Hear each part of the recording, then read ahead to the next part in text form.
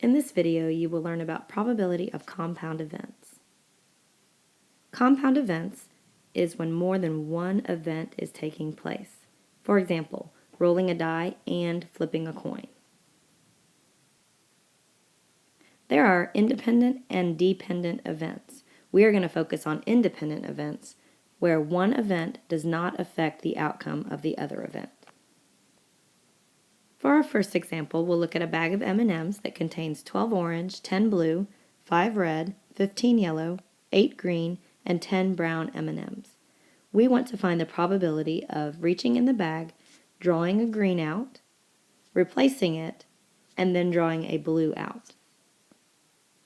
So we look at each probability independent of each other. So the probability of drawing a green would be 8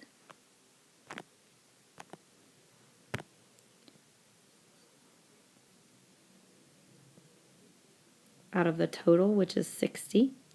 And the probability of drawing a blue is 10 out of the total of 60.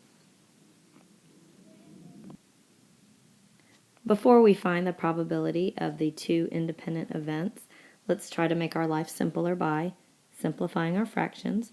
We can reduce this fraction by 4 over 4, and we get 2/15. We can reduce 10 over 60 by 10, and we get 1/6. Now to find probability of two independent events, or 3, or 4, you multiply each individual probability together. So we're going to take 2/15 times 1/6, because those were our two simplified probabilities for green and for blue. We can simplify by 2, and when we multiply we get 1 over 45, 1/45. So the probability of drawing a green, then drawing a blue, is a 1 in 45 chance. For our next example, we're going to look at a spinner and a coin. If we wanted to find the probability of spinning the spinner and landing on yellow, and flipping a coin and landing on tails, we take each individual probability for the independent events and multiply them. So the probability of landing on yellow is 1 in 5. The probability of landing on tails is 1/2. When we multiply, we find that the probability of landing on yellow and tails is 1/10. For this next example of rolling two dice and finding the probability of rolling a 2 and a 5, we're going to create our sample space first. The sample space for rolling two die is shown in the tree diagram here. When you roll a 1, the other die could be a 1, or a 2, or a 3, or a 4, or a 5, or a 6, and so on. So for each starting die, 1, 2, 3, 4, and 5, and 6, you can roll a 1, 2, 3, 4, 5, and 6 on the other die. So there are a total of 36 possible outcomes. So the outcome we're looking for is the probability of rolling a 2, then a 5, or a 2 and a 5. So if you look at our 2s, that is one possible outcome out of 36.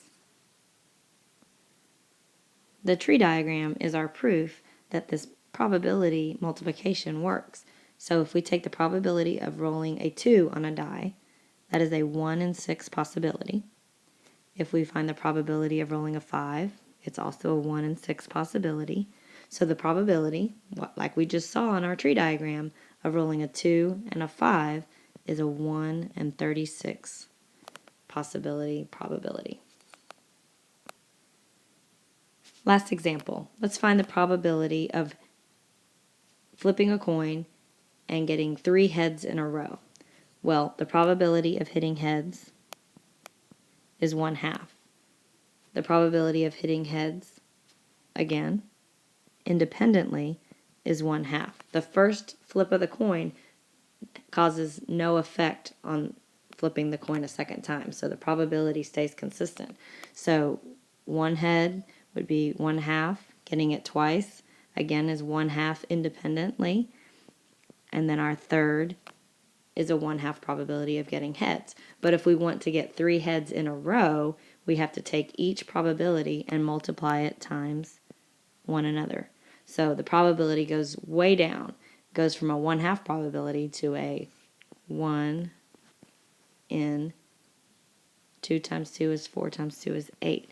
A 1 in 8 chance that we will get 3 heads in a row.